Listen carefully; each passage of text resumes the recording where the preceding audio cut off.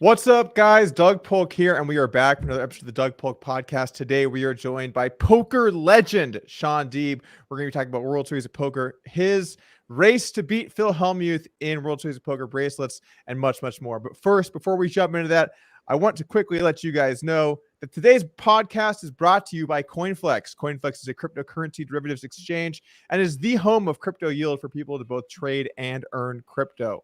The CoinFLEX platform provides an array of products that serve investors and traders of all skill levels, from passive beginners to active experts. What I'm most excited about with our new partnership with CoinFLEX is exploring the many opportunities that people can use to make money today. Whether it's trading, automated market making, or simply holding flexUSD, there are so many ways to explore earning money now. CoinFLEX can help you make the most from crypto, allowing you an opportunity to take charge and chart your own course to your financial destiny. So what are you waiting for? Head on over and check out CoinFLEX at www.coinflex.com. Legal disclaimer: none of the information contained here constitutes an offer to buy or sell any currency, product or financial instrument, to make any investment, or to participate in any particular trading strategy. Okay, with that out of the way, let's go ahead and bring in today's guest, Shaun Deeb. Thank you for joining us. Thanks, Doug. Always great to see you, buddy. Always great. And I actually don't think we've ever done a podcast before. It feels. Oh, okay. Well, then we did. had to be a few years ago, right? I think, yeah. I mean, you took 2 years off, so yeah, it was definitely a few years ago. I think I might have been on twice. I think one of the years was when either you or I was doing the King of the Hill challenge with Poker Night in America. I think we had another one when I won Player of the Year. So I think I've been on twice, but who knows? Yeah, actually, now that I'm thinking about it, it was before I separated out and had a podcast specific channel. It was when I was just doing poker stuff, and I just kind of sprinkled that in, and I had you on now. So I do remember that. It's a good call. I'm glad I was somewhat of a memorable guest the last time. Always, Shaun. Always good to have you. And I have to start today with saying thank you for being such a flexible guest. You basically said, "Look, Doug, whenever I'll help out. I'll just fill in for a spot." And we had to move you around a couple of times for some other guests. I appreciate all the flexibility and helping out. Yeah, it's one of my skill sets in life is being flexible. That's what you're known for, actually, flexible. I tell my wife this during the series so many times, but I'm big into massage, and I kept getting these Thai massages, and the girls couldn't believe how flexible I actually was. They go, and they try to be polite, and their English wasn't great, and they're like, for a guy your size, you're pretty flexible, But that's one of my skill sets. Very nice. I'm actually a big fan of the Thai massages. Yeah, that's one thing I miss about being in Vegas. Like in Albany, I've tried so hard to find an equivalent, and especially for poker players who sit down so much, all the stretching, like the stepping, it works really, really well to offset a lot of the issues that people have. Yeah, you can get a lot more pressure with the walking on your back, and as a larger man myself, usually there's not much of a problem with them being too heavy. So I'll go with Caitlin, and we'll get Ty couples massages, and she's not a big fan of the walking on the back, but as a larger man, I think it works out pretty nicely. Okay, so let's we got a lot of topics today. I wanted to jump in. Going to be mainly World Series of Poker centric, but of course we can talk about other stuff happening in poker as well. I wanted to kick off with this because I feel like it's what's on a lot of people's minds from this fall. What went down with the break-in into your room? Because when you tweeted that had happened, a lot of people were worried about you, but also about the security at the Rio in general. Yeah, so the first day I walked into my room at the Rio, I had my friend Steve McLaughlin. A lot of people on the podcast will know, also knows TT. And like my door didn't fully close. And he's like, "You should have maintenance come check that." So I had a maintenance come the next day and make sure my door closed properly. So it was like the night before the Flip and Go tournament. I played some Satan Goads with Jeff Gross, Volpe, a few people. And I walk up to my room, didn't drink, went up at 11:30, 12, the earliest I've been. I go to sleep, and all of a sudden I start hearing noises in my room. And, anyone who has a wife and kids know there's always background noise. There's little footsteps. So in my head, I was just back home, and it was my wife or kids like doing something around.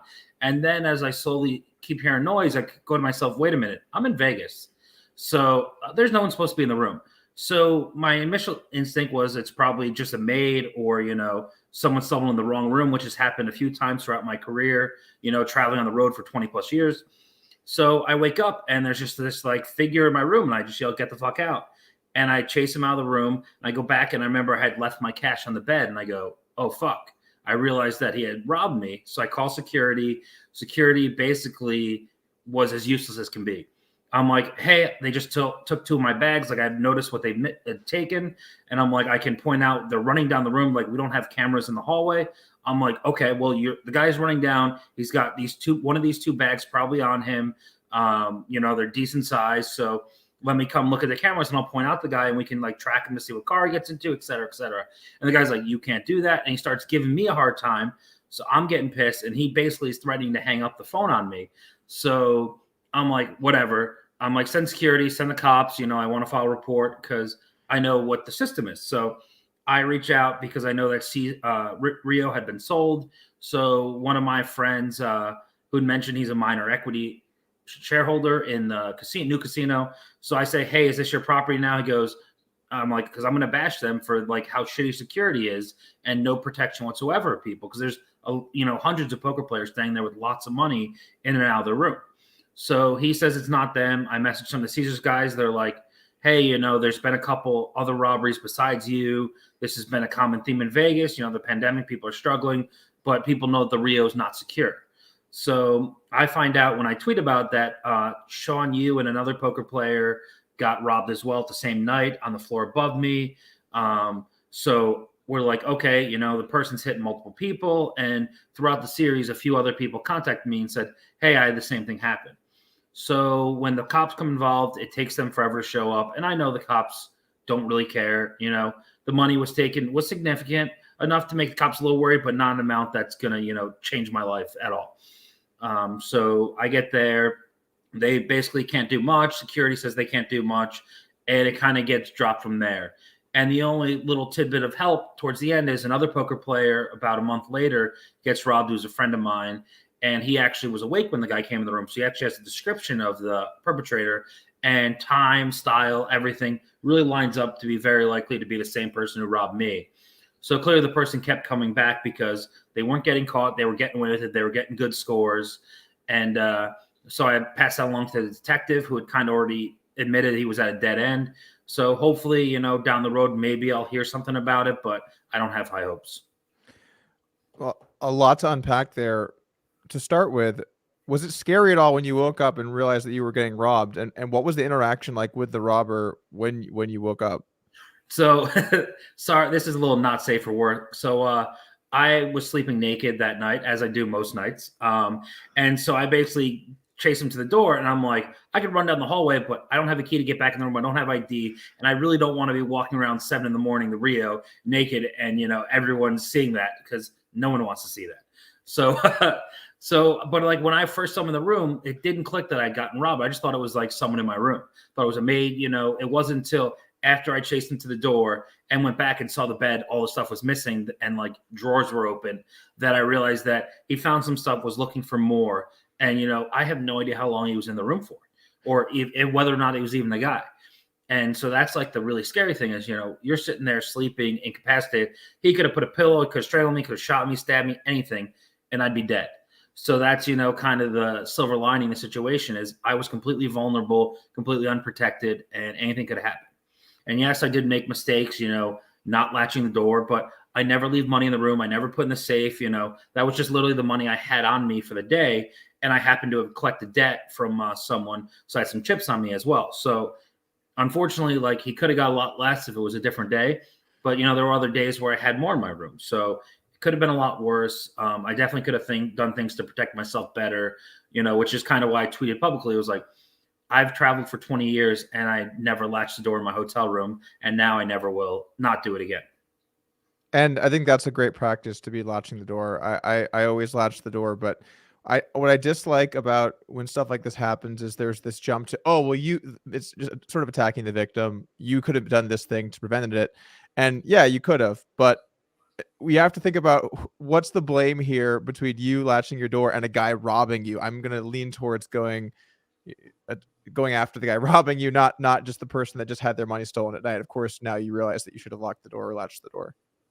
Yeah. And, it's funny because when I talked to my wife that morning, it was 6 o'clock in Vegas, 9 o'clock in New York. And she's like, I told you not to leave money in the room. I'm like, I don't leave money in the room and I'm not in the room. I never thought that something would happen while I was in the room. It's not something you consider. At least I never did. I don't know if other people think of that, but I never expected a person to come while I was sleeping in the room, and rob me. So I definitely am more aware, but I've always been smart. Like, I make sure no one's following me in the room. I make sure no one has a key.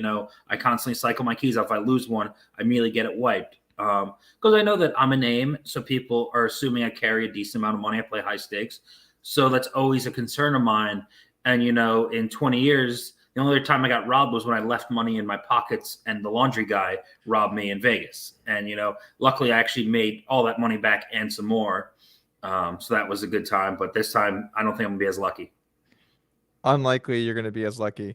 What method did he use to get into the room? Because you said this happened to other people as well. Were the doors kind of open? Did he have key access? How was he getting into the rooms? So this is one of the annoying things about the bureaucracy of the casinos.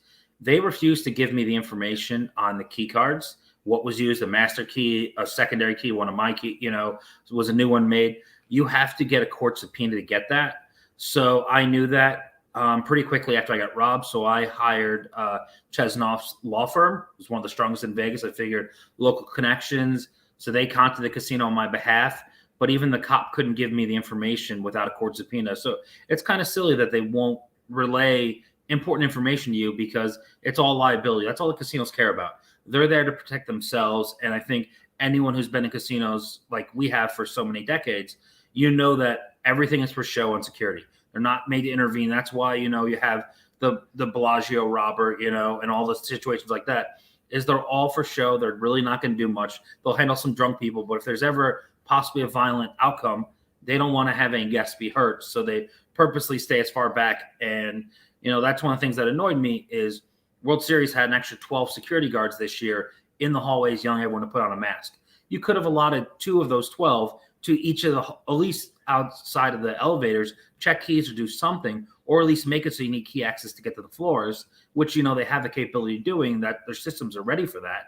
They just choose not to do it. And that's just, laziness and disappointing that they're not protecting, because so many of the customers of the World Series are staying in the hotels on property.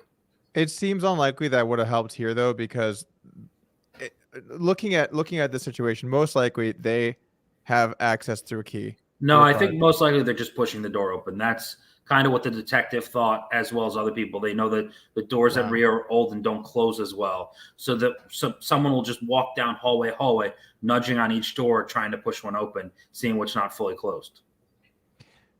So they're just going to every door?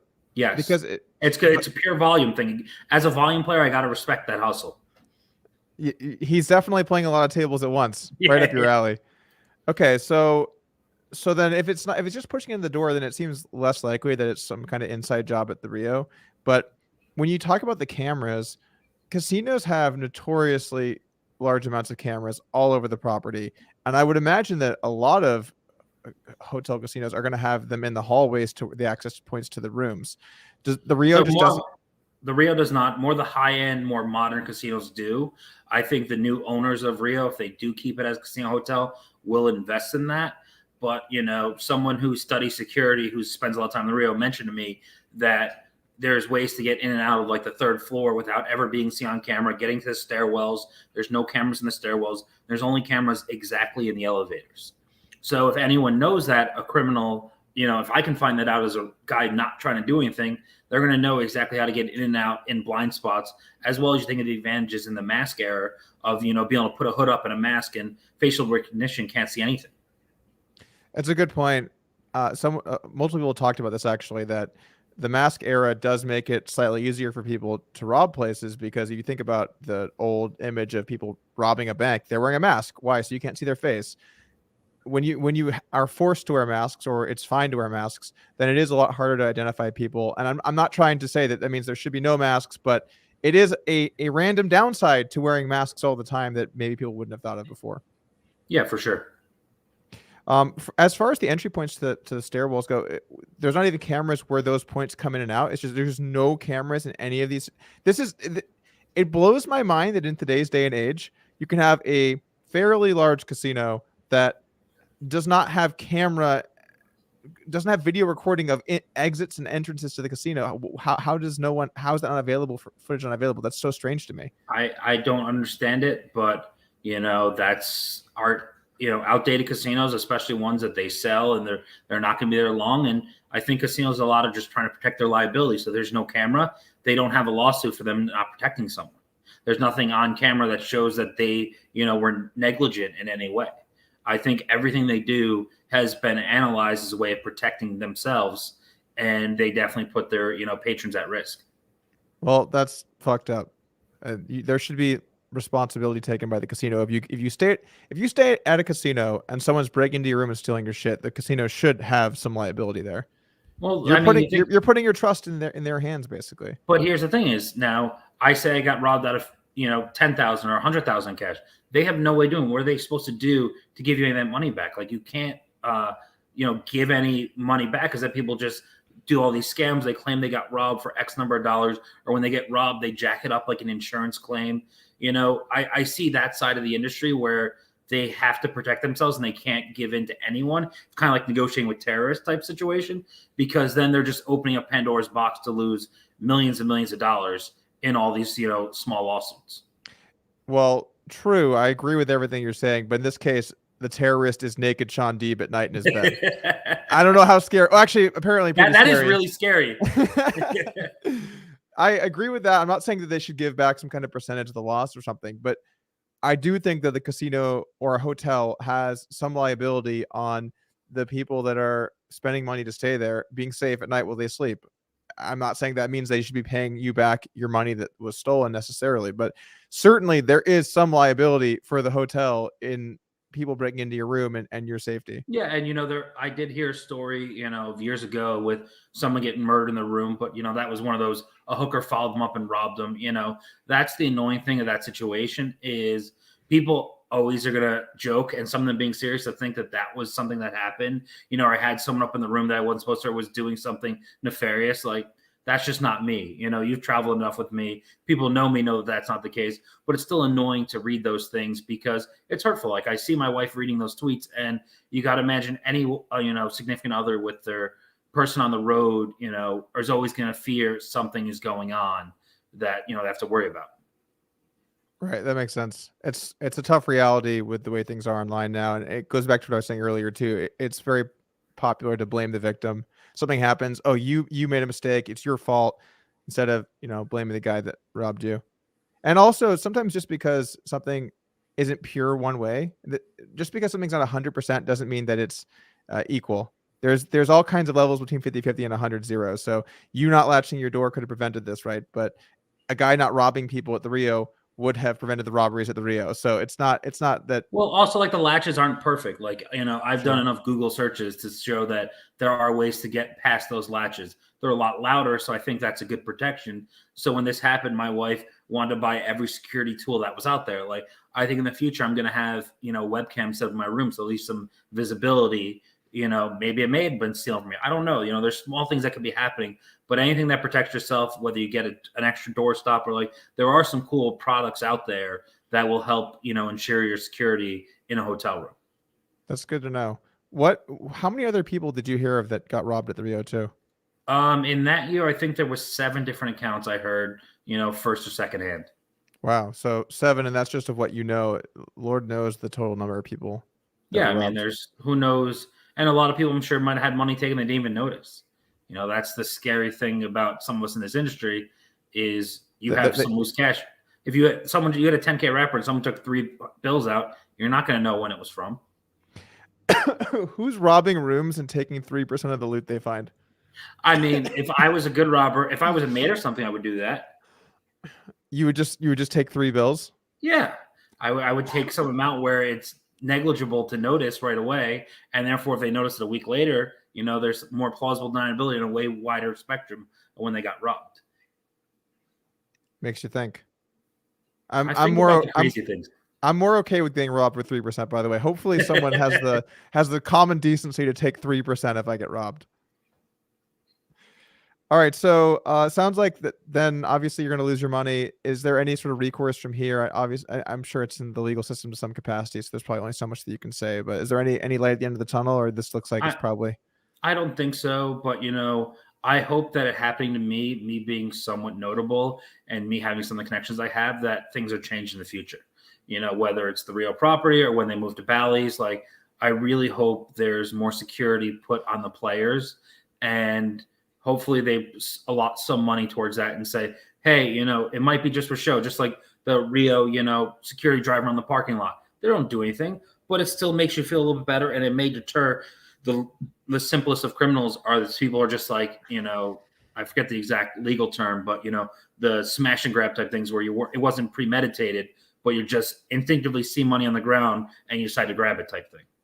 Just having eyes on people will keep them in line much more often, because now you introduce this element of doubt. They don't 100% know that the security guard wouldn't come after them. It's not 100% that they couldn't be identified. Now, obviously, they have to be the more careful with the things they do decide to do and do things quickly. I think just having eyeballs on people does actually make them behave better. So I think that's very true. For the move to Bally's, I lived in Vegas for 10, 11, 12 years. And I mean, I went to Bally's a few times, if that. I'm not really sure about the property. Have you been to Bally's, and what are your thoughts on the move? I think I probably went there like 12 years ago with my grandmother, because she liked playing in that poker room. But, I'm excited. I think the World Series staff I talked to who've really set that up are happy. A new location gives them some new challenges, but also gives them some more flexibility. I think being on the Strip has a few benefits, a lot more downside. And, we were very complacent at the Rio, but I think new food options are going to be, everyone's going to be happy with that. Down to business, Deeb. Down to business. Hey, let's talk about those food options. I don't know what's there, but it can't be worse than the Rio. So, but that's important. When I'm this series, I stayed at the Rio for the first time of my career, and I think I left property sub 10 times, and 8 of them were to go get a massage and get some food. So, like, when you're on property inside that often, you got to have some stuff to, let people stay sane and let them be happy and, make them be motivated to stay within that building. And I think the World Series definitely needs a new location, and we'll see how it goes. Yes, there's going to be some things we missed from the Rio, like, traffic patterns, stuff like that.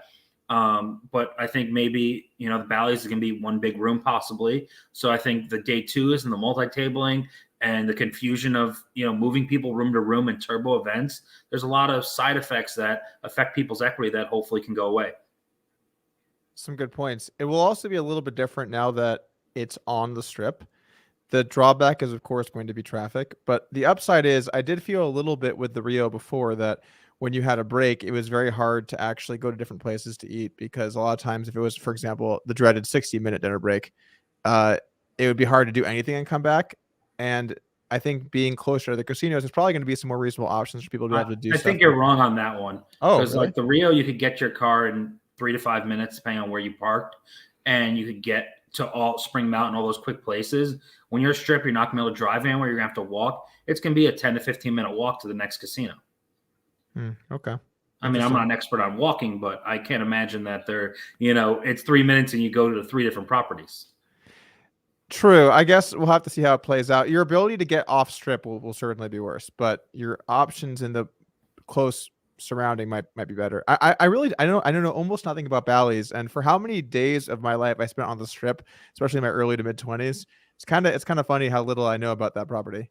But you're probably just like me. Like, we stay at the 3 high-end properties. We went to Wynn, Aria, Bellagio, and maybe Cosmo, just because they had the best restaurants. Like, we probably only went to casinos to eat or to go to a club. So I can't imagine Bally's has a great restaurant that you want or a club that you're ever going to go to. So what's the point of ever walking in there? You're not gambling every day looking for, you're no Kessler looking for the plus EV slots.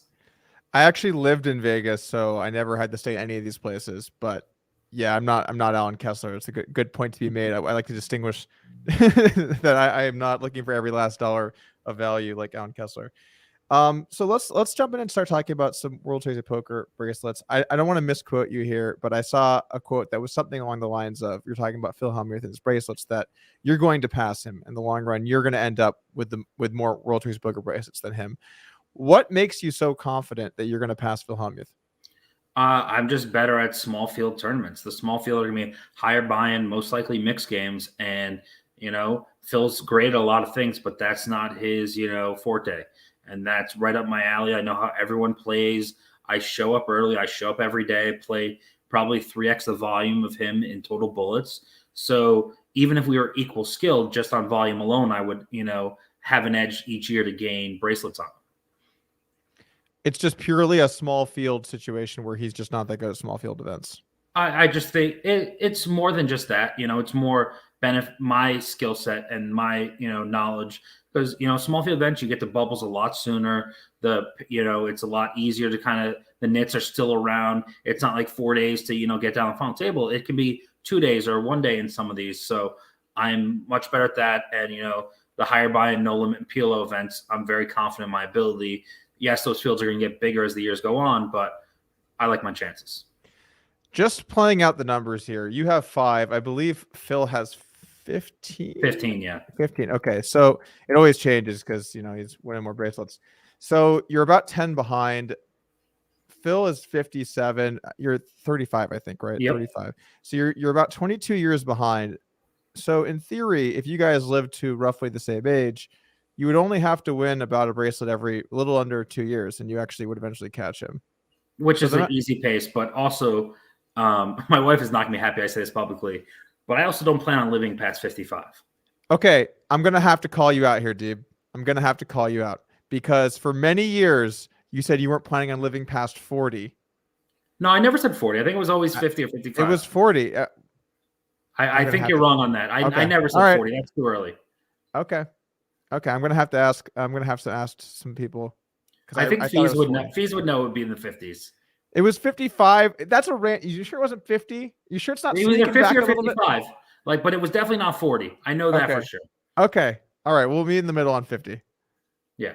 So I got 20 years to catch up to him. I think I'll gain about 3/4 of a bracelet a year on him. I think I'm more likely to win 2 bracelets than win no bracelets per year. And with all the online stuff that in the future, I'm definitely gonna try to go out for the GG stuff when they run bracelets. Try a little harder for the Nevada and New Jersey ones. And I think going down the road in my career, I'm gonna go like Hellmuth and just go for bracelets. I don't care about WPTs. Maybe I'll play a Hard Rock here or there. Maybe I'll play some of the local stuff in the Northeast. But when I leave my family, it's to go win a bracelet. That's gonna be my goal for the rest of my career. You think you are more likely to win 2 than 0 in a year? I think if you actually if you include all the online, if I'm able to play full volume, yeah. How many events is this a year where you could win a bracelet? 100? It's got to be over 250 or 200 or 250 now. 200. Wow, that's a lot of. But a lot of those are really large fields, though. Yes. Those you have basically no chance of winning. Yeah, but a lot of them are reentry, and and some of that stuff I can offset it. And also, I play to win. I ignore ICM in a lot of spots, and people know that. So my first place distribution is gonna be a lot higher than other people. I'm familiar with that. Approach. So, would you prop bet on the 2 versus 0? So, if you win 2, you win. If you win 0, they win, and then 1's a chop. Would you prop bet people on that? I think I would if I knew that I could play all the events in the schedule. Doesn't go under 175, 200 bracelets. Okay. I didn't realize they were giving out that many now. It's up to 200? Yeah. 200 bracelets a year? I mean, think about it. There was 100 in Vegas. There was 30 on WSOP.com at least. There was 10 in WSC Pennsylvania. GG probably gave away 50. Wait. The Pennsylvania one were actual bracelets? Yes, those were 10 bracelets. Oh. So there was a 33-person, tournament that ran a 3K buy-in that gave a bracelet to the winner.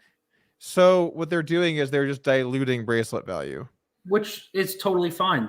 Why shouldn't you? I don't understand the sanctity of the bracelet. World Series is a brand. You look at every business, they try to expand. You talk about Upswing Poker or CoinFLEX. Are they going to say, "Oh, you're doing great. Like it's so amazing to have this. Why wouldn't we make it 3 times bigger?" Well, it's a little bit different because you're essentially diluting the value of people that already competed and won something, right? What if there's 1,000 bracelets? The trajectory of the World Series, the beginning, it used to be 6-person tournaments where they would just vote on somebody. Why not just give everyone a bracelet for playing? That's acceptable. That's not acceptable. You know how many people would buy in? If you were guaranteed a bracelet, do you know how many 1K tournament where everyone got a bracelet? How many people would play? You get 100,000 people. No, they need to mean something, even a little something.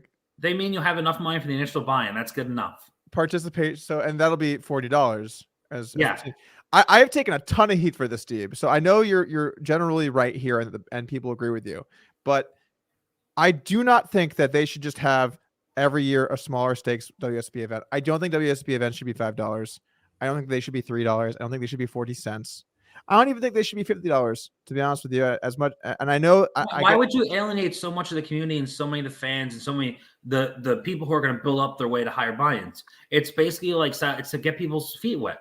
It's the same reason why you have ladies event and seniors events. You want to get more people comfortable in playing bracelet events. So you lower the barrier of entry for buy-in level somewhere they're comfortable with, and it's going to help the brand long term. It's going to eventually get people to the main event. You're going to have someone who eventually wins the main event in 20, 30 years who says, hey, I played this $50 online bracelet event. I won my bracelet and I started playing higher. I quit my job and played poker.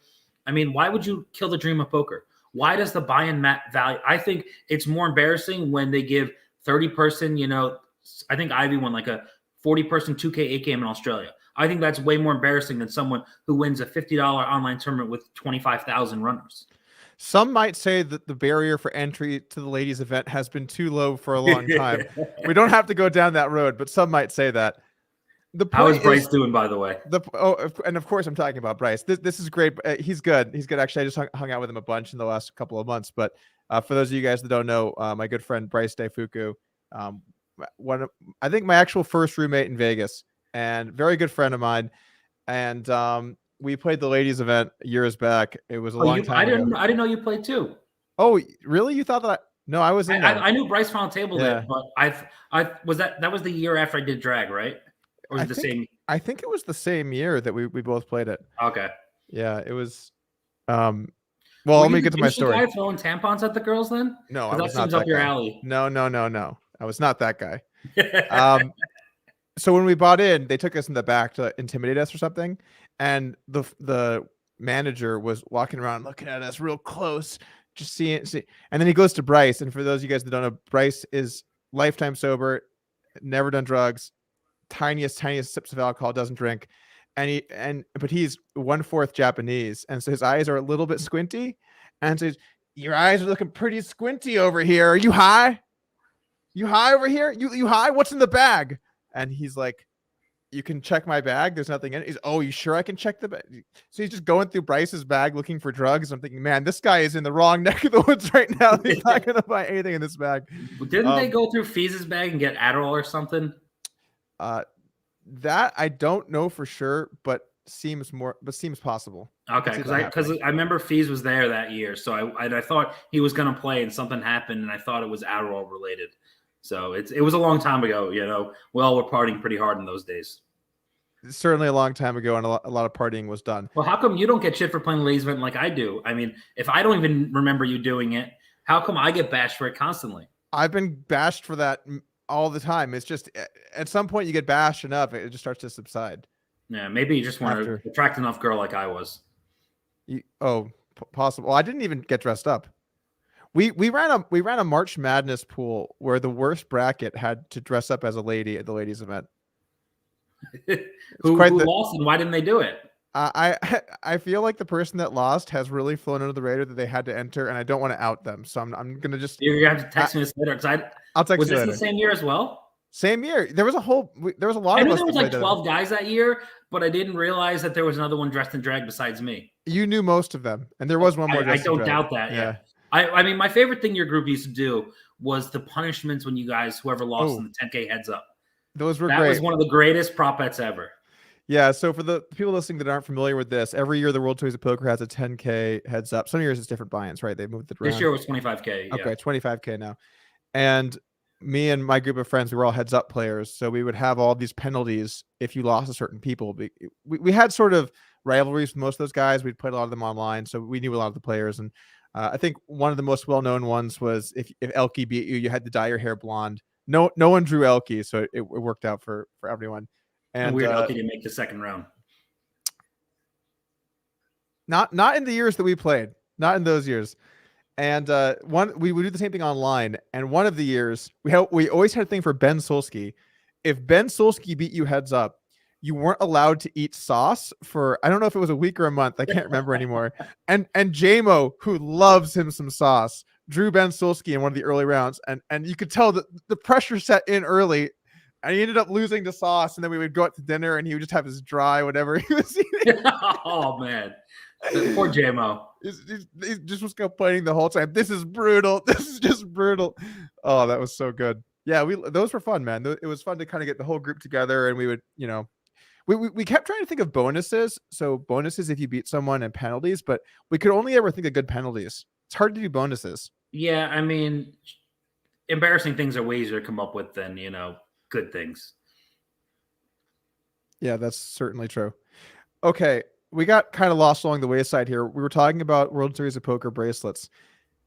I guess let's just put to the side for a moment the idea that businesses are there to make money, just for a second, and focus on, should there be some kind of series in poker that it really means something to win? Because, and I'm not taking away from winning a 10,000 person field. That's insane. Obviously, it's an incredible feat to win that. But at least the original premise of the World Series of Poker and why it was voting when it started was to have sort of a champion series of events to let the best players in the world play and sort of crown a winner in a way, or who decide who's the best of the best. And we can go this direction where we have massive events with tiny buy-ins. But do you feel like that detracts from the original premise of this, and it does actually take away from what the value of winning those events should be? So my retort to that is, I think that what you're talking about is what is transpiring with the Player of the Year race. I think that is becoming the really end all, and that is, you're seeing so many great players go for it. And, I was one of the precursors to start pushing for it the last couple of years. And I think that you're seeing so many more big names, so many more people motivated. Sponsors are getting motivated about it. And I think that solves all the things you're talking about. That is the best of the best. That is who really, shined every day in, day out, played all the highest buy-ins, had the most success. And once you get, the proper formula for that, then that alleviates all those issues. But the bracelets themselves, it's not like Phil Hellmuth, like, oh, Phil, you won all these small buy-in big field events, like online, you just $2 flip and go, all the gimmicky tournaments. He didn't win those. That's not how he got his bracelets. So I don't think it affects the overall, because most people go by bracelet count. And there's no one in the high bracelet count. They're like, oh, he won all these diluted. Yeah, there might be someone in a couple of years who wins 4 Pennsylvania bracelets, and all of a sudden they're like, oh my God, this guy's amazing. Look at him, he's got so many bracelets, but it's not as impressive as people winning, actual tournaments where majority of the people can play, larger field sizes, reasonable buy-ins. And so I think that you kind of have to take both of those together and realize that World Series is advancing its brand massively. It is going up in numbers, and you still have the main event, which is really that one tournament where whoever wins it gets a ton of notoriety, a ton of publicity, a shit ton of money. And, Corey was a great winner this year. It was a great final table, and it was awesome to watch. Yeah, and he was actually a guest on the pod last week. He was one of the people that I pushed for. I don't forget those things. Very true. If people aren't familiar with the pod last week, we actually had a doubleheader, and we had Corey on Tuesday. He walked us through some final hands. There was a great one, Deeb, where I asked him, what are your thoughts here? And he said, please don't have hit this flop. Oh, some advanced thinking here from the WSOP event champion. Yeah, so he was a very good guest. Going back to the bracelets though, and again, just to push back a bit, I have 3 bracelets. I've played an embarrassingly small number of events. I doubt it. I think there's no way I've played 100. I would guess that I've played 50. I really don't know. One of them was a tag team event where I played half the event. I wasn't even there for a lot of the chip building. I wasn't even there when the bracelet was awarded. I think that I was the first person to ever win a bracelet and not be there for it. I'm not sure. Was that the first year the tag team happened? Yeah, first year the tag team happened. Yeah. Seems a little diluted in my opinion. And then what if you just have 3rd and 4th people on there that I'm just giving an example of but you're also an outlier. Like your 100K bracelet, that was a super tough field. You had to play great, so many interesting hands from that. I think just because you've done well in a small sample doesn't dilute. None of those tournaments are fit the thing you're talking about, the dilution of the bracelet. Yeah, the tag team at that time, they allowed up to 4 people. So it had probably a little bit less entrance than it should have had. But they've upgraded the tag team event to be 2 people only. So they have solved some of those issues, and but that's also 1 out of 100 bracelets. Like all the other ones, I think are also very impressive. And I think everyone who's won one, regardless of which one it is, they feel like they're part of a club. And you don't understand how many times random people say, like they can't wait to bring it up in conversation to me at my table that they've also won a bracelet. Oh yeah, I won one.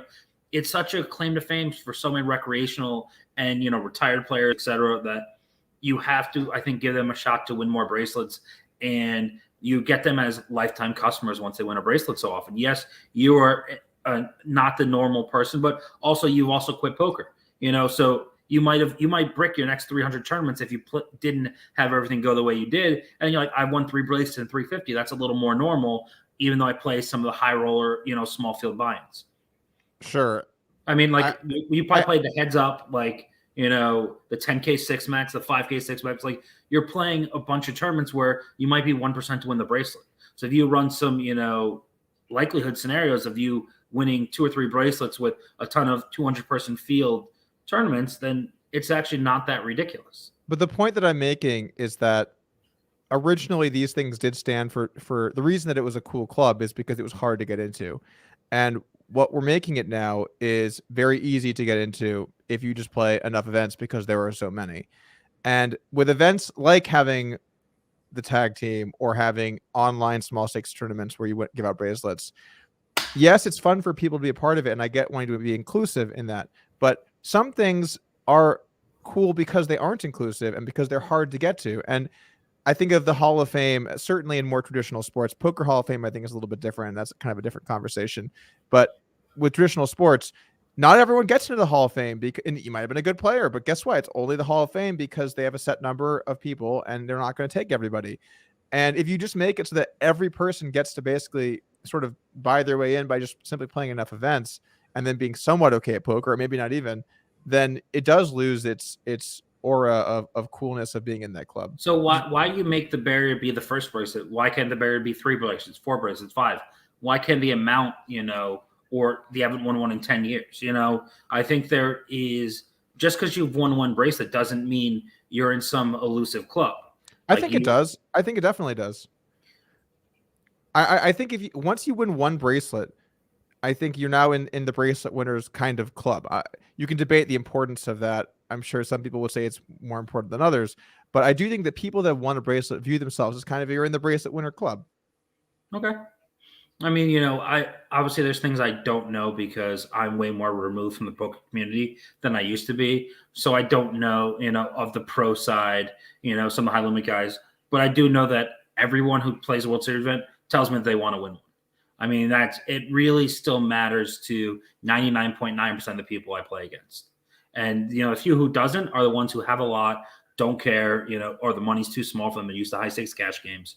But the sanctity of the bracelet is still there. The drive for it is still there. And I think everyone who's won a bracelet, I bet you ask them if they're going to play more events after, they're always going to say yes. They're always going to want to come back. And how many people say, I just come back from the main event who have retired from poker? And it's just like, yeah, I just come back. Like, I don't know. I think the World Series has done a great job of customer retention, to bring up the business aspect more. And you got to respect them because so many properties and so many brands have faded in poker, and World Series continues to get stronger and stronger. Very strong brand. Basically the only profitable thing that was running at the Rio. No doubt about it. They did a good job of making money. I'm not trying to argue that side at all. And maybe that's just what it kind of comes down to. But it just ain't right, Deeb. It ain't right. You gotta respect the game. Leave my argument there. But you know what is right, guys? CoinFLEX. CoinFLEX is a crypto futures exchange which sees over $2 billion in daily trading volume. What the team has built on top of this powerful trading engine is a suite of innovative crypto yield products. CoinFLEX is committed to making crypto yield accessible to everyone, and the cornerstone of that strategy is flexUSD. FlexUSD is the world's first interest-earning stablecoin. You can compound your interest 3 times a day, every 8 hours on-chain, meaning you can hold FlexUSD in a cold wallet and still earn interest. FlexUSD recently surpassed $360 million market cap and has paid over $10 million interest to holders in the last year alone. Creating FlexUSD is super simple, and it currently pays between 10 to 20% annually.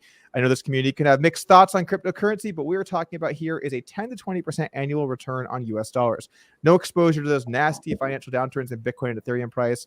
Just interest in a USD stablecoin automatically sent to your wallet 3 times a day. To learn more about FlexUSD, head on over to www.flexusd.com. Legal disclaimer: none of the information contained here constitutes an offer to buy or sell any currency, product, or financial instrument, to make any investment, or to participate in any particular trading strategy. And before we jump back into talking about World Series of Poker, I did actually want to expand on the CoinFLEX thing for a moment, because I see a lot of the comments in the chat about this.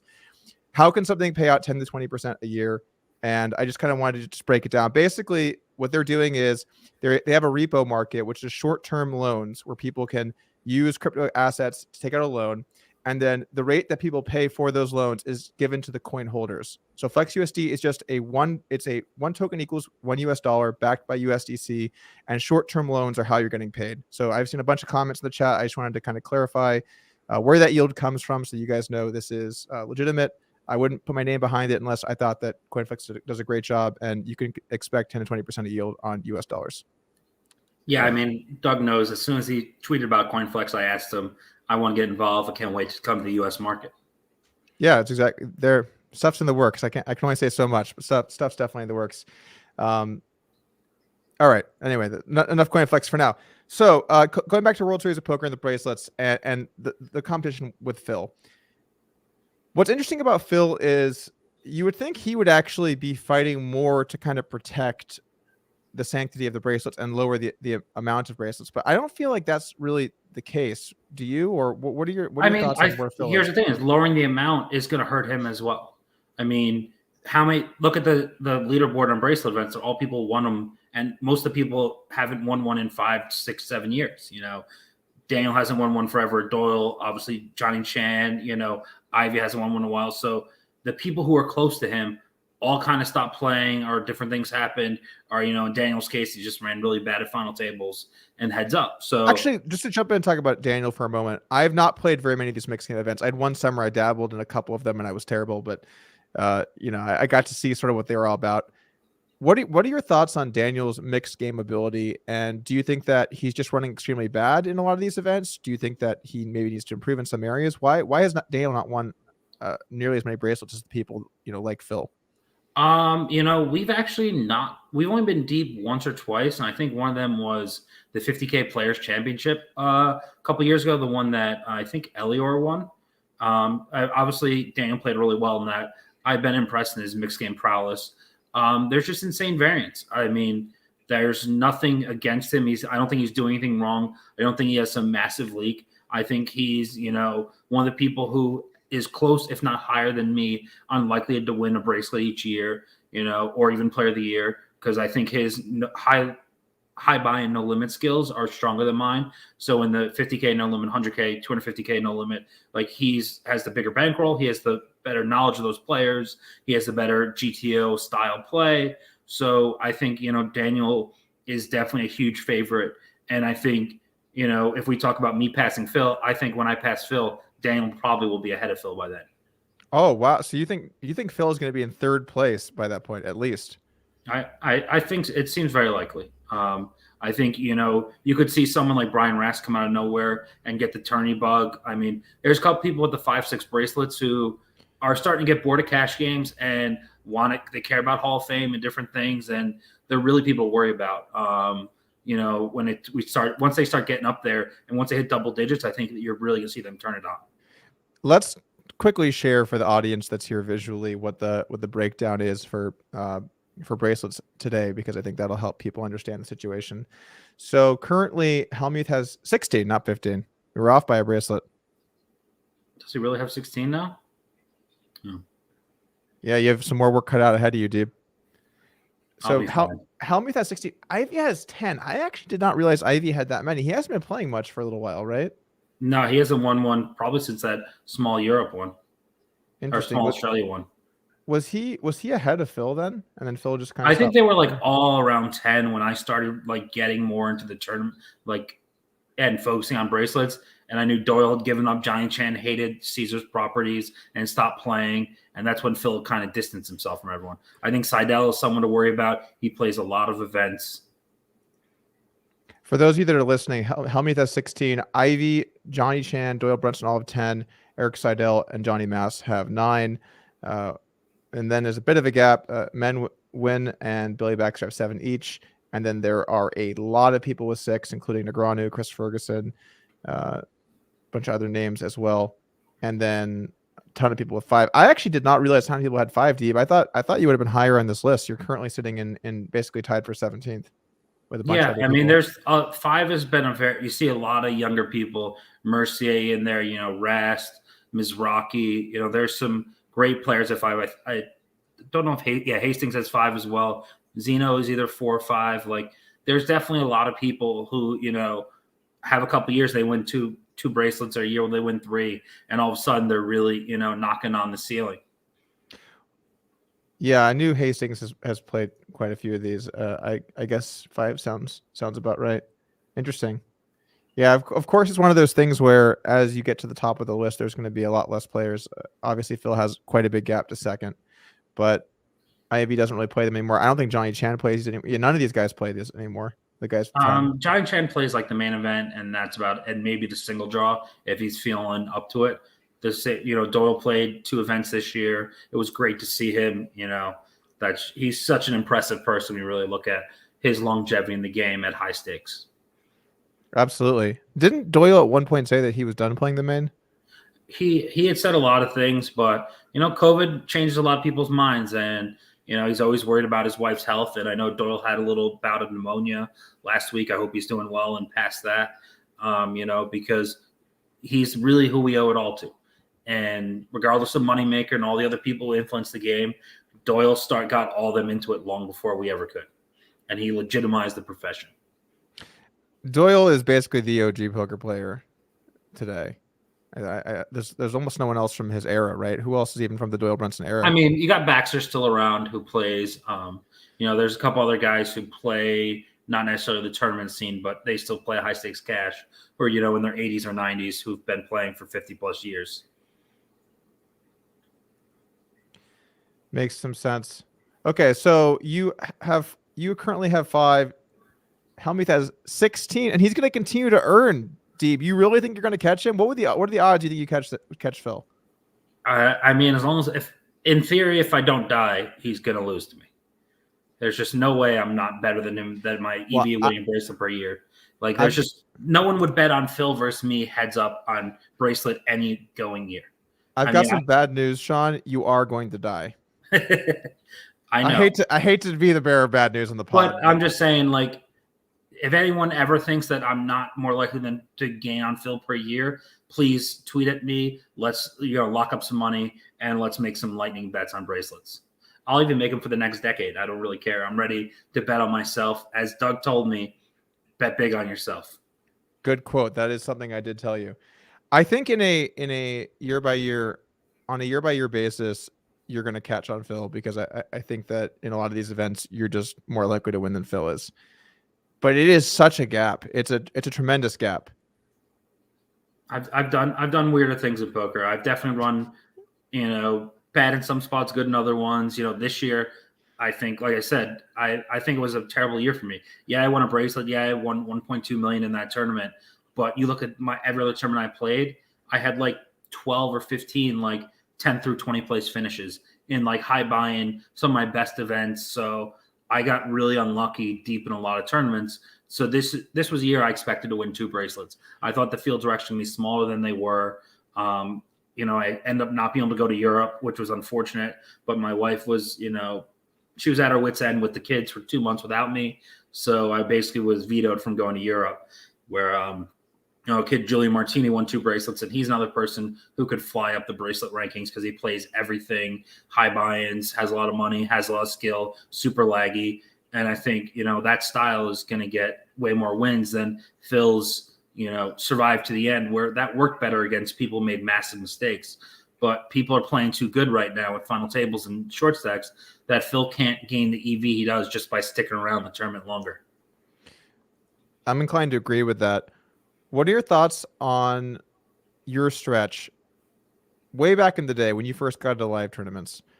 How difficult was it for you to continue to grind them? Because as I remember this, you had an exceptionally long period of time without results in World Series of Poker events. In fact, you had one of the worst live poker results of anyone in no limit tournaments that I can remember for the first, let's say 5, 6, 7 years of your live MTT career. Is that fair to say? Yeah, I was definitely down. I didn't keep good records back then, but I was definitely down probably 1.5 million in tournaments to start my career. And, that's without a big score. That's with playing 10Ks, 25Ks.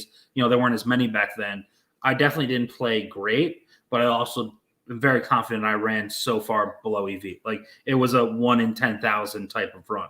But luckily during that time, I also had a 1 in 10,000 upside run online where all my big final tables I closed. I think there was one thing, a stat early on. It was like, for tournaments 100K to first, I made like 13 final tables and won 9 of them. Some like absurd stats where I was just closing out every time it mattered. I just always won the flip at the final table. I always, had one of my best possible results. And so that allowed me to keep playing all these live tournaments, even though I was getting my ass kicked, live. I was able to survive. And then I won that big satellite. And then, things didn't really click. It worked. I was playing very similar than what I did before. And there really wasn't a change in my game style. It's just I always played high variance. And high variance, I was chip leader of a lot of tournaments back then, and I didn't close. And now I get chip leader of a lot of tournaments, and I close a bunch of them. And thankfully for me and my bankroll, there were a lot of, the 25K and the 10K buy-in levels, which really make a big difference, on your bottom line. Online players have a notoriously tough time transitioning to live play. I think that some players tend to cross that bridge much quicker than others. Some seem to never fully get there. Were you concerned that perhaps you had either live tells, or maybe you weren't correctly reading situations well, or you weren't able to dissect what was happening at the table accurately? Was that a concern, or would you really just chalk that up to variance? Oh, no, I definitely knew I was giving away some stuff. Like back then, I started playing with a hoodie and sunglasses on and like trying to figure out my posture. I smoked a lot of weed back then, so you're really paranoid when you're high. So I definitely thought about my breathing and all this. I was thinking about all these little intricate things and trying to figure out. And yeah, there were some great players. Like, I got exposed to playing with Ben Lamb at a young age, and Ben always knew when I was bluffing. Scott Seaver always knew I was bluffing. Like, I definitely know that those two had kind of tells on me. But I also then realized that I'm playing against this random guy from Arkansas. He doesn't have a fucking read on me. And like, you just need that confidence of success. And, people always talk about in gambling, like the hot hand, stuff like that. And I think in poker, that's so true. And regardless of how good or bad you are, if people perceive you're running better, then they're going to believe some of your bluffs and they're not going to try to bluff you. And when it comes to tournaments, that's really nice, because then you get more folds and you don't get put in as many bad spots. You get to realize equity because they check give up or check it down. A lot of different things end up happening. What do you mean if people believe you're running hot? I think that, there's people like amateurs say so-and-so won a tournament. Like, they're going to be scared of you. If when you sit down on a table, if you just won a big tournament, you're going to notice a different demeanor from the people at the table, and their style is going to change. And they may not even notice it. It may be very subtle, but there are definitely things that are so like, you don't understand how many times people are just like, I'm not going to bluff you, Shaun. I know you're going to call me, even though they know they should. And I had a hand that couldn't call, and I ended up winning a pot because of that. And that's, building up that rapport, building up that history, building up that notoriety. That's more. Sorry. I thought yeah, go ahead.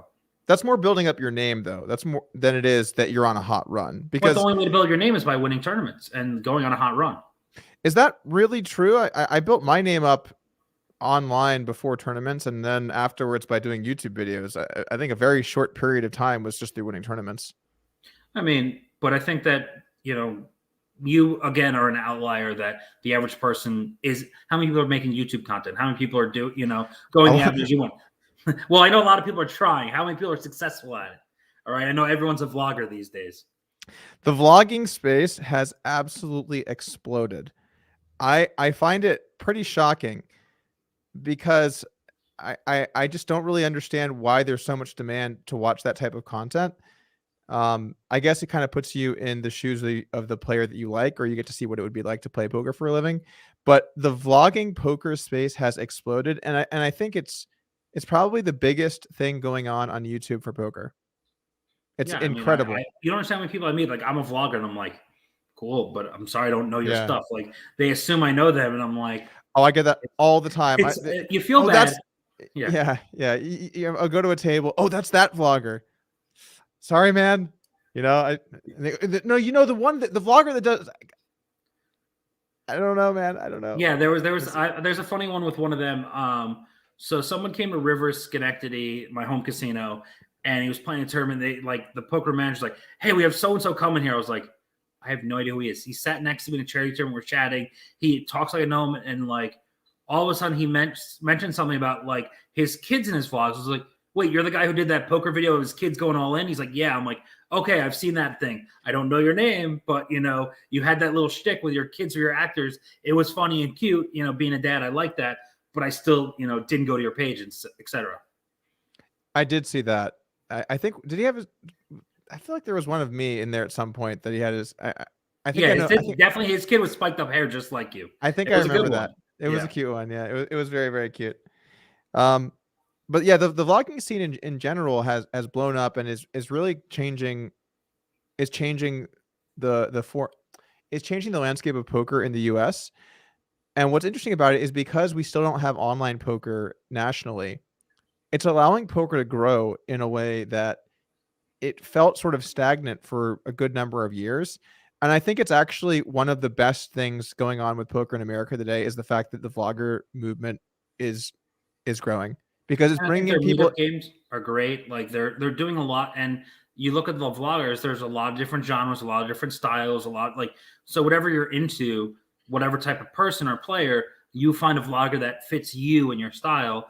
And so that's nice that it's kind of like an ice cream. You know, there's a ton of flavors out there. So it's really cool that you're not forced to choose between yourself or, you know, Daniel or, you know, who's the other guy? Brad. Like when you had the 4 or 5 big ones, like that was it. And either you watched one of you guys, you didn't. But now there's hundreds of up and comers, but there's small communities. And obviously the audiences aren't overlapping that much because they're putting out too much content. So that's just, you know, hundreds of thousands of eyes combined between all those people. Or you could just eat all the flavors. I never do that. That's I'm sure.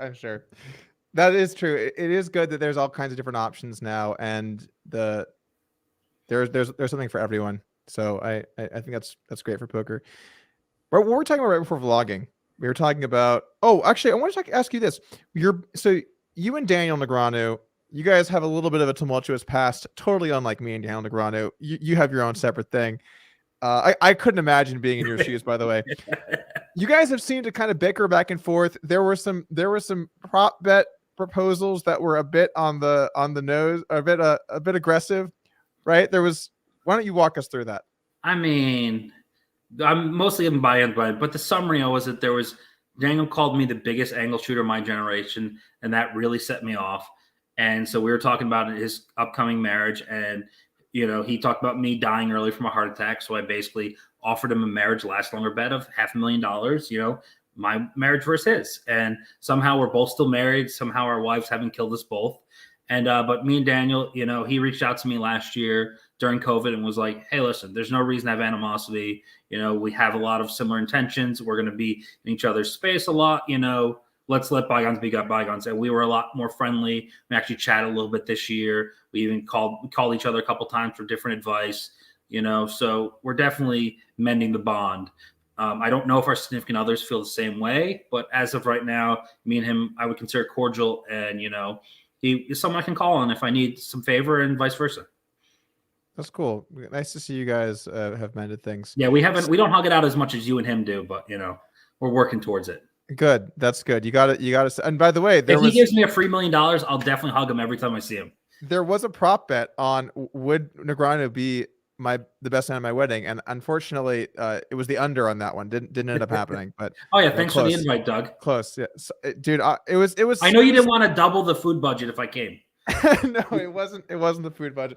I just wanted to have a really small wedding, and I wanted to have just a really small group. Listen, doing it during the series, you know, I would have never said yes. So there was no reason to invite me.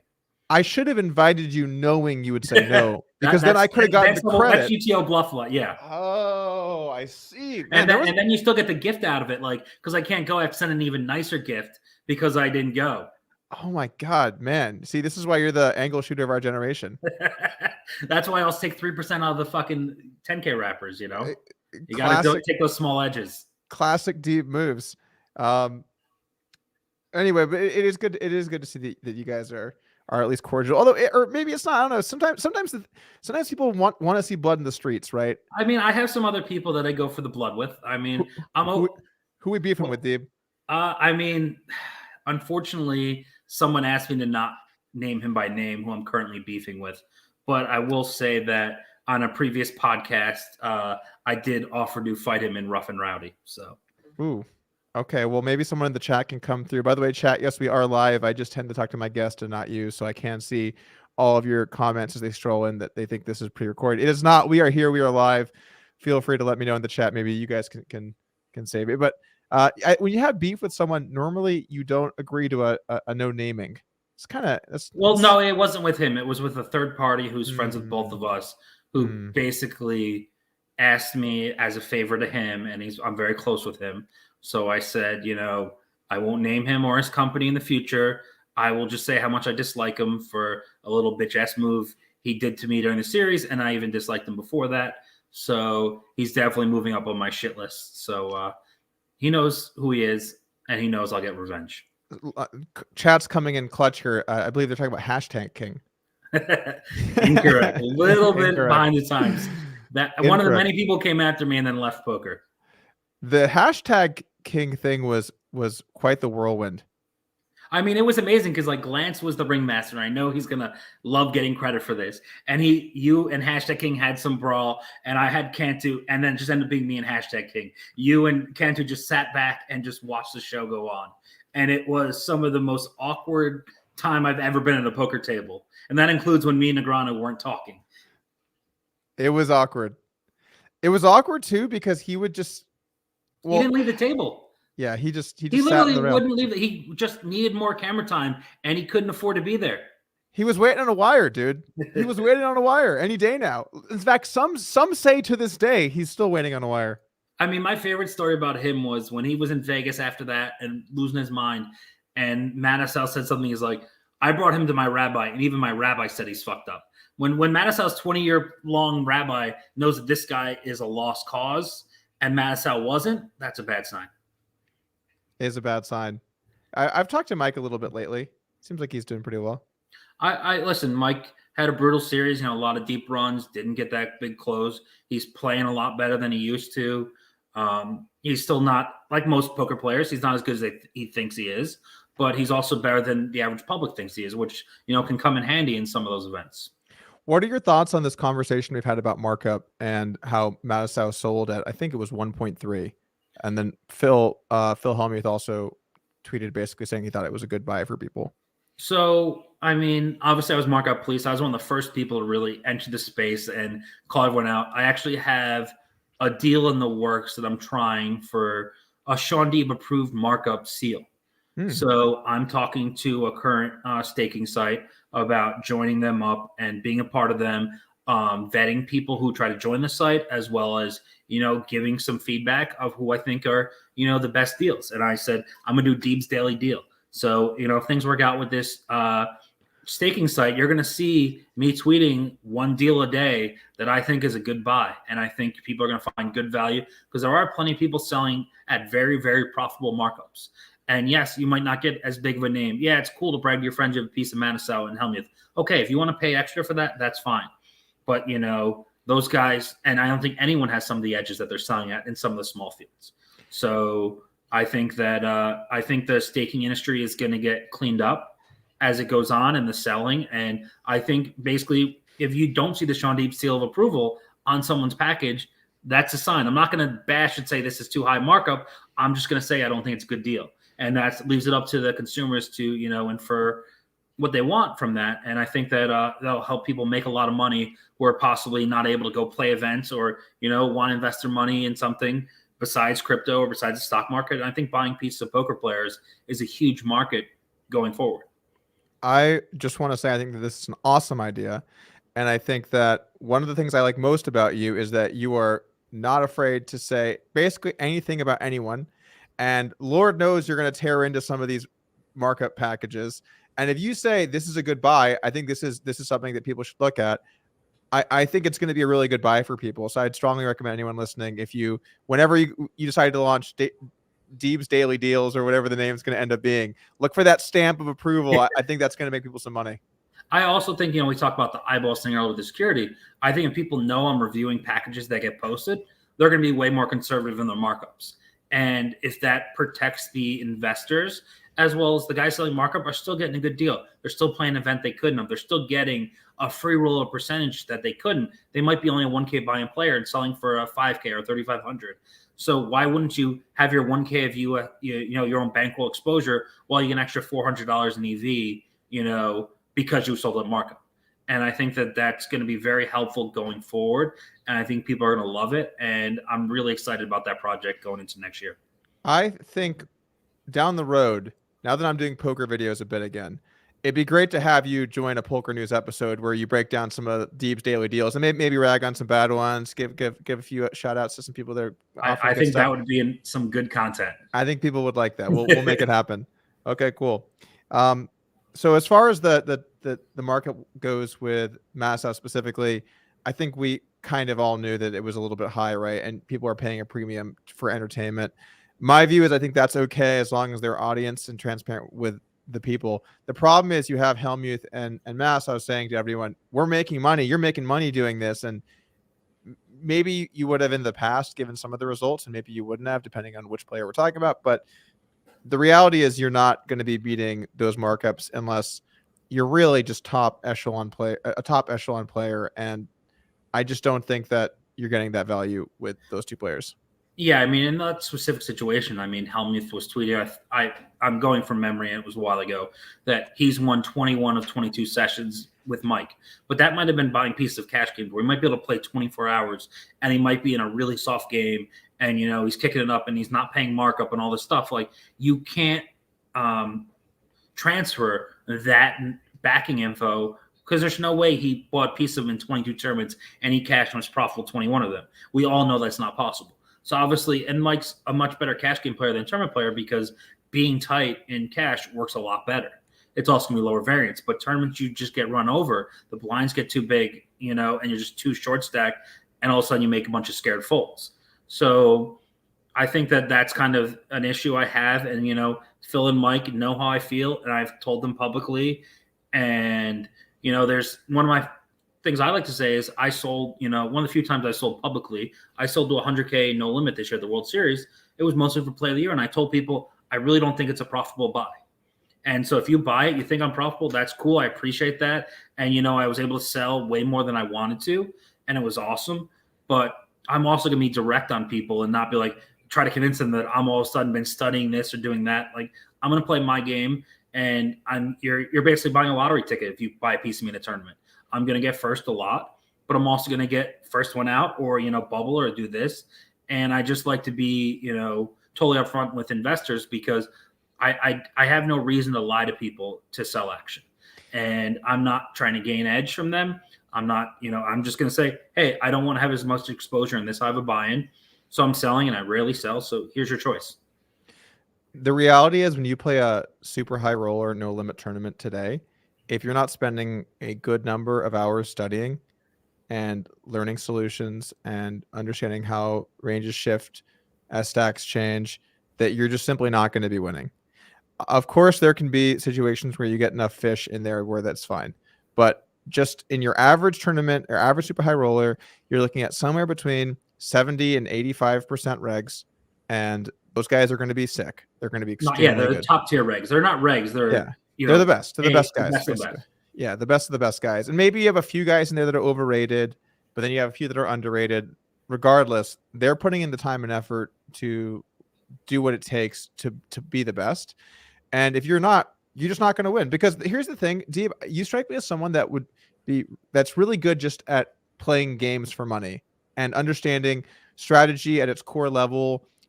Bluffing, that kind of stuff comes really naturally to you. How often you need to be calling people in places, what different strategies can make sense. You just sort of intuitively understand how to play the game of poker very well. And that's why I think you're able to succeed in a lot of these smaller fields and games where you have never studied for probably 1 minute in your entire life, because you understand the odds, you understand sort of just strategy as a whole. But guys like you are going to get completely cooked in 100K super high rollers versus the guys that are spending several hours a day studying sims, and these are the solutions. All of a sudden, it's not Deeb thinks this is happening. It's they know what the solution is. There's not, what I'm saying? There's no, you can counter them with just your intuition on the way the spot feels, right? Maybe you can get some kind of tell or something that's a little bit different, but that these guys don't give off anything physical. Like that was, 10 years ago in the high roller community. Now these guys all have the fucking Justin Bonomo pose. Like they all are not giving anything. Their timing is impeccable. They're 15 seconds on every decision. They're very consistent. There's not those easy things to read for me. And, everything you said, I completely agree with. I think if they invented a new poker game on the spot, I'm going to be top 3 immediately. Like there's just no doubt in my mind, whatever, because I've played enough forms of poker, I'll find enough similarities between that game and the new game. And then I'll, come up with what's very likely to be the best strategy going forward. They need to have an event where everyone signs up, pays some fee, and comes to a hall or an auditorium, and then they bust out a roulette wheel and they spin it, and it has some of the framework rules. And then once you have a few, then you have to kind of put some pieces together, and then that's an event, and then you have to go out there and play it. That's basically the 10K dealer's choice. I mean, that should be. I wish that they actually allowed more games and more betting style. I wish that they allowed all games and you could choose pot limit, no limit, half pot, and dictate and limit and do that, or even a hybrid game where it's limit, first street, pot limit, second street, no limit, third on the next one, and then capped on the last one. Like I think something like most fun games I've played have had varied betting per street, and I think that all that stuff just makes solvers useless. I mean, there's no way you can come up with a solver for multiple, tiers of a game that have different bets availability on each street. Well, you can create solvers for that, but the thing is, it's pointless because it's not going to have enough value, right? You can create solvers for almost any of these things. Maybe some games specifically have really complex game trees, but you can create a solver for it. But if there's just one event a year that might happen, people can't waste their time there. Yeah. They could, but then they just don't get to play any poker all year. So they basically can't waste their time there. So I think certain game types like that could be good ideas. So you mean like limit one street, no limit the next, pot limit, sort of in the same game? I mean, right? I know that you'd have to combine multiple solvers, but I think that the limit solver, not knowing the next street can be no limit, might make it too complicated. Well, it would be a totally different solver, but you can do it. I mean, it really wouldn't be that hard to do. It'd be quite easy, but it's just not worth the time for people to spend doing. Oh, let me get really good at no limit pre-flop, limit flop, pot limit turn, no limit river. That's my game. No one's game is that. So I'll tell a story about one of my buddies, and it was a great form of poker. So there's this guy, Nelson Laffey, who I've done a lot of business with. He was my partner in a bunch of video games, and he was a complete novice poker player. Started playing when the casino opened, and he wanted to play me heads up. And he's like, but you got to come up with rules that is fair. So we came up with what we called handicap hold'em. So pre-flop and on the flop, I could not bet or raise. Only he could. And I can only bet or raise on turn and river. And so we'd play heads up, no limit, like deep stacked with those things. And he's up on me lifetime currently at this handicap, but it's way closer than you would think. Yeah, that seems really tough for you. It seems like there's a lot of things he can do that sort of manipulate your range too, where you're forced to play. I mean, you're not going to get your value with your good hands, basically pre and on flop. So it just becomes about range protection, basically. Well, thankfully, he isn't that creative and not a good studier, but I'm sure he'll listen to this podcast and he'll get a kick out of the shout out. And maybe we'll get back to the streets and play a little more. Sounds good. Shout the Nelson. Let me know what's going on. I might take a piece in some of your upcoming games. Just hit me. No, I'm just kidding. That's interesting though. One thing, so I'll do when this last trip I was on, my wedding, Jacob Dalla, a good friend of mine, was there, and we'll just occasionally gamble. We'll make up stupid games and we'll just play 300, 600 limit, whatever. And we've done this. That's why I wasn't invited to the wedding. The true reason comes out. Yeah, the game would have got buried the groom. Actually, yes. No, I'm kidding. So one thing that we'll do is we'll just be at a bar, and let's just say there's random people there. We'll play a couple hands, and a prop will be, if you win, you get to play a random 200, 400 hand versus just someone that doesn't play poker. So they just sit down and say, okay, you're going to play limit hold'em. Let's go. And then they go raise, call. It's amazing. It's brutal. You really have to fight tooth and nail in the pot so you're actually in, because you just don't want to let that happen. So I'll tell you, I have a very similar story that me and Dan Wyman did something like that. there was Stars 8-game play money, 100, 200. And we decided to sit with 4 random people and crossbook 200% in that game with the 4 random people. Okay. Yeah. So You can only do that with people you really trust. But yeah, obviously it's Wyman, right? You said. Yeah. It's like me so and Dan are battle shipping at my house in Philly at the time. And we just click a random table with 2 seats. And in the next 20 minutes, I go on to stack 2 people in no limit because everyone knows me as Shaun Deeb. So they just don't fold to me. And it's play money. And Dan gets buried and gets stacked by these fish like 3 outing him. So I think he lost like 50 or 60K in 20 minutes, fucking threw his laptop across the floor and was just done with it.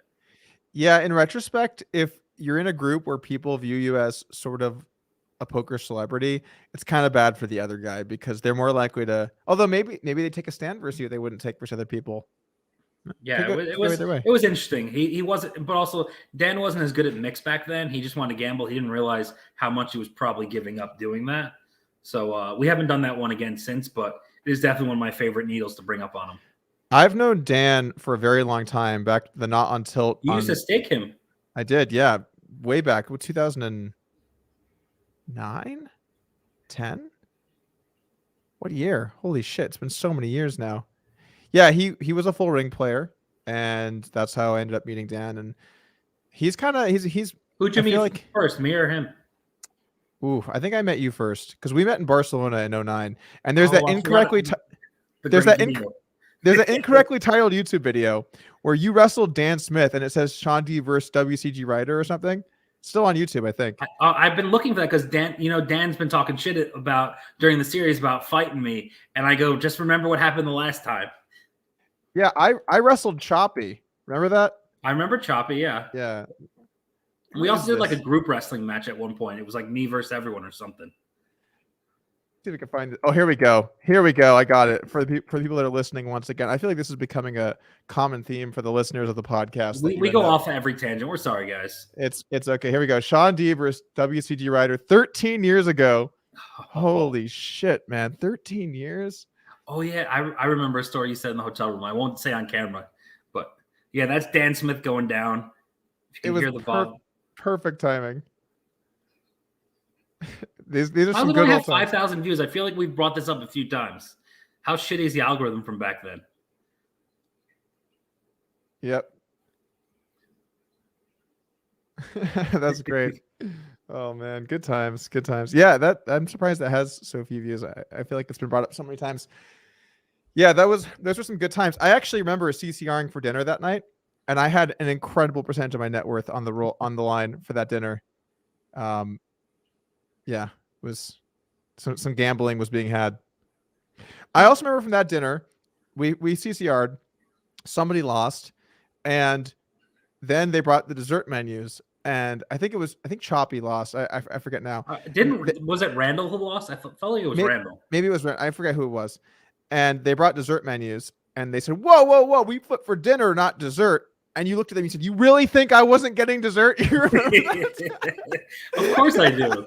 I never get dessert, but it was too good of a line not to use. Oh, you're angling again? Of course. Everyone else is going to get dessert, but yeah.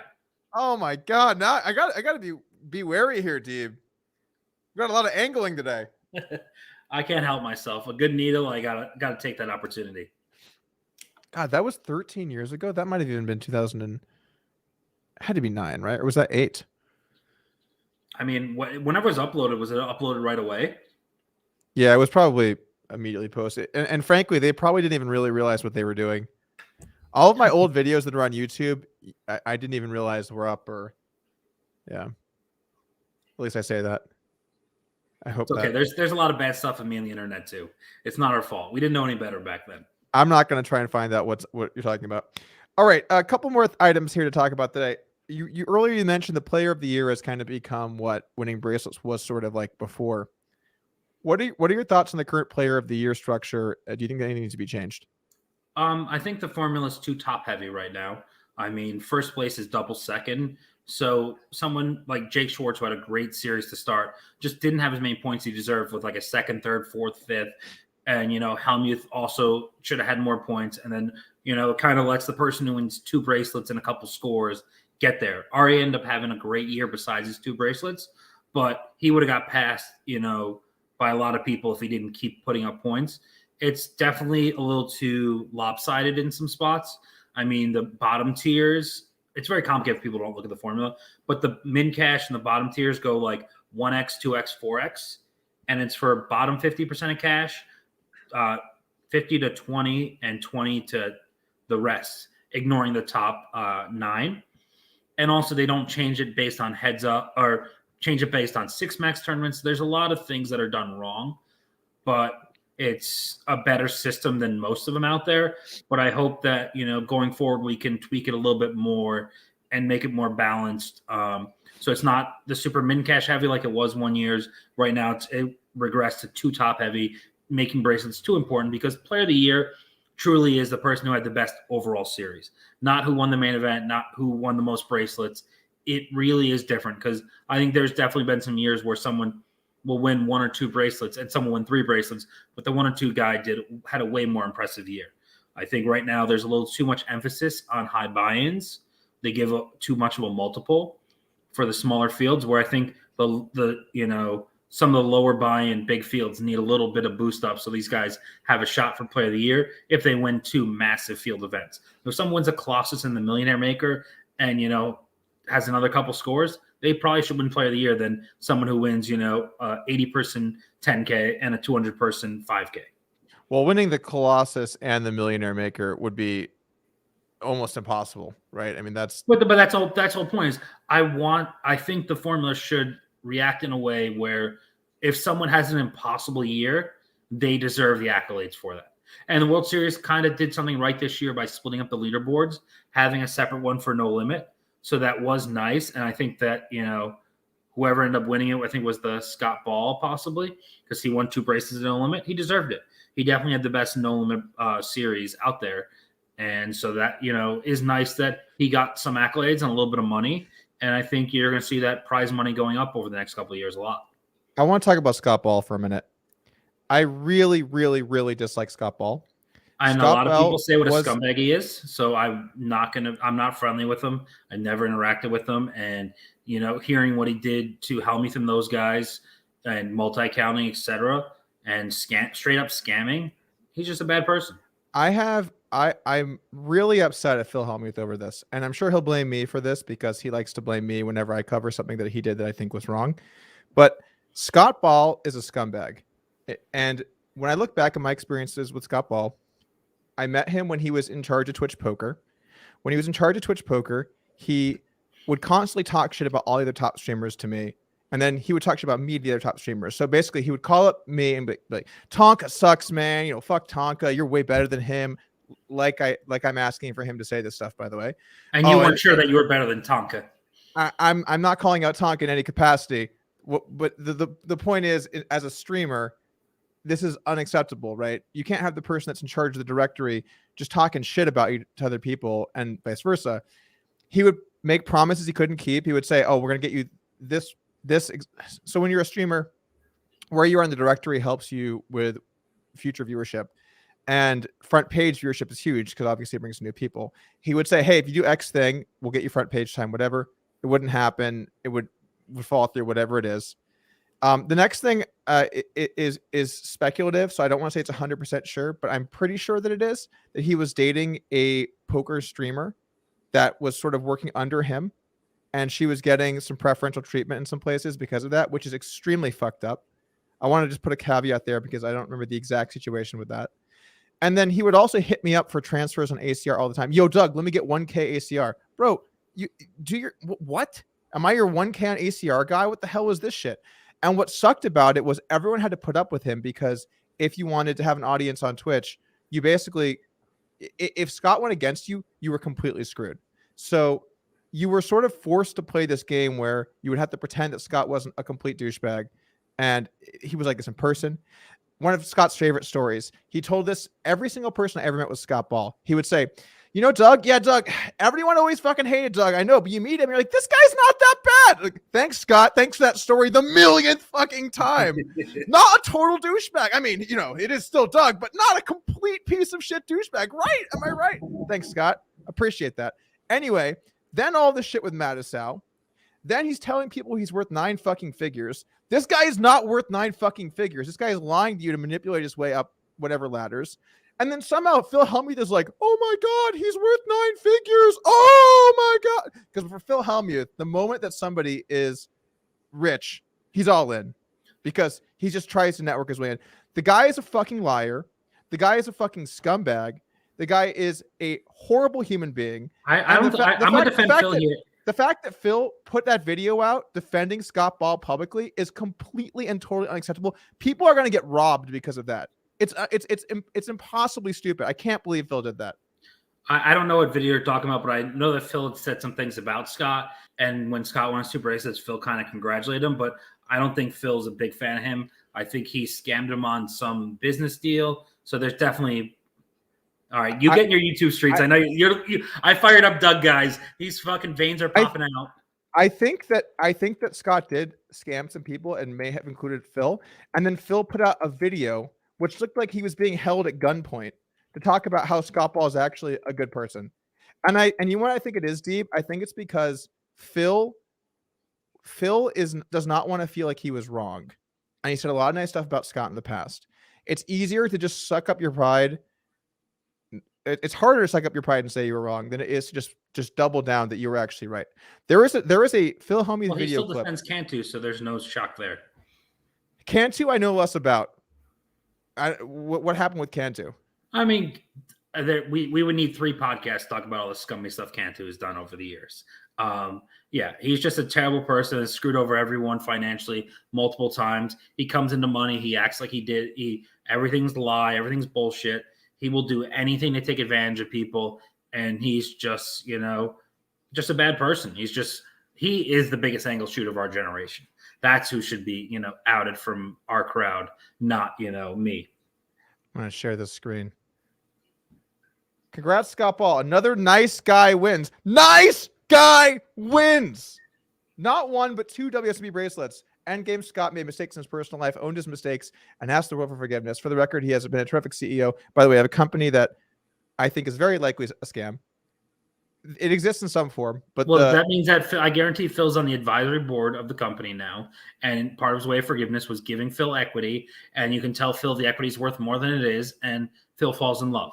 Phil has done really well in some of those avenues, so he's very blinded by the founder being in, Palo Alto. He wants to be just like all his founder buddies, so he's going to take a piece at any company. Did you know that Scott Ball is worth 9 figures, though? Makes you think. I mean, if you include the decimal points, it could be true. Very good point. Shaun, see, that's where your angle shooting mind comes in to help us, that you had to get those decimals in there.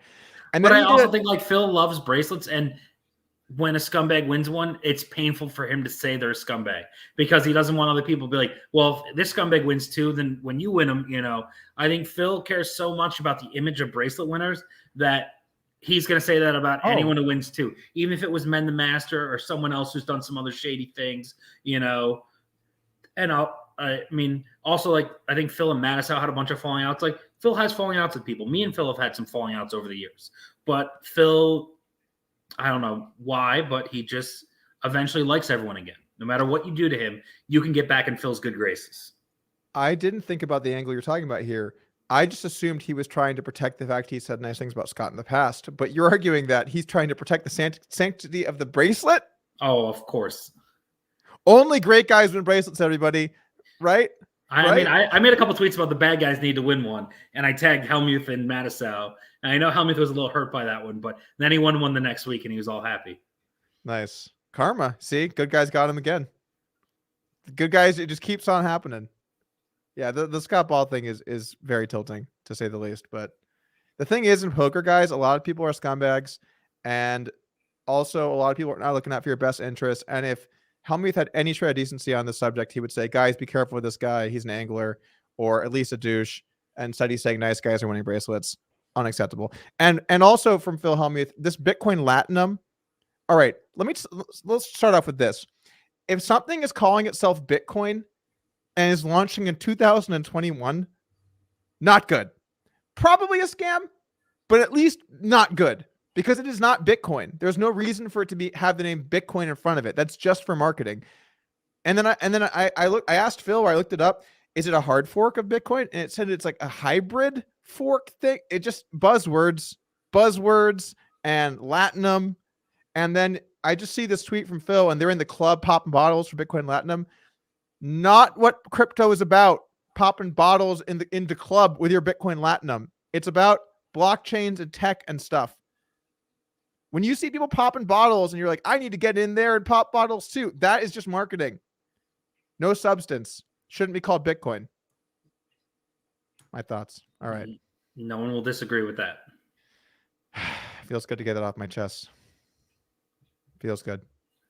All right. Deeb, what are you any last words here? Anything you got going on in the near future people can follow you at or see what you're up to? I'm a boring man for the next couple of months. I'm just being a dad. You're gonna see some kid photos, some annoying tweets.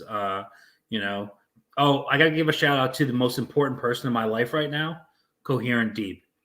One of the greatest Twitter accounts ever. I unfortunately didn't get to meet the guy.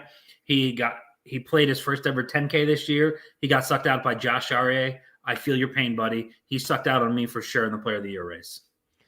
This account, for those of you who aren't familiar with it, is a Twitter account that takes Shaun Deeb's tweets and then makes them readable. Well, they're readable. That makes them understandable. Debate. That's up for debate. He does a very good job, though.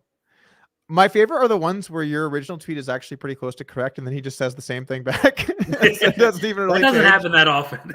He puts like one comment, and you're like, "Oh, all right, I got pretty close." It does. Yeah, he does a great job. That's a very, very funny account for people to follow. Or you can just follow at Shaun Deeb on Twitter if you want to see what Deeb's up to. Deeb, thank you for joining us today. Appreciate it, man. Oh, that was great chatting with you, Doug. All right, that's going to do it here from us at the Doug Polk podcast. We're going to be back next week with Kane Callis, another one of your buddies, hopping on the podcast. Hey, me and Kane had some arguments. You were there for them, but I love Kane now. He's a good dude. Good time. So anyway, we're going to get his take on poker and crypto as well. He's also in those streets, so it should be a good conversation, a little more cryptocurrency themed if you guys are interested in that too. That's going to be it. If you guys are new to the podcast, look, I've seen the stats. A lot of you aren't clicking subscribe. I don't know why. Show some love for the podcast. Hit the subscribe button. Helps us grow, and I do appreciate that. We'll see you guys again next week. Peace.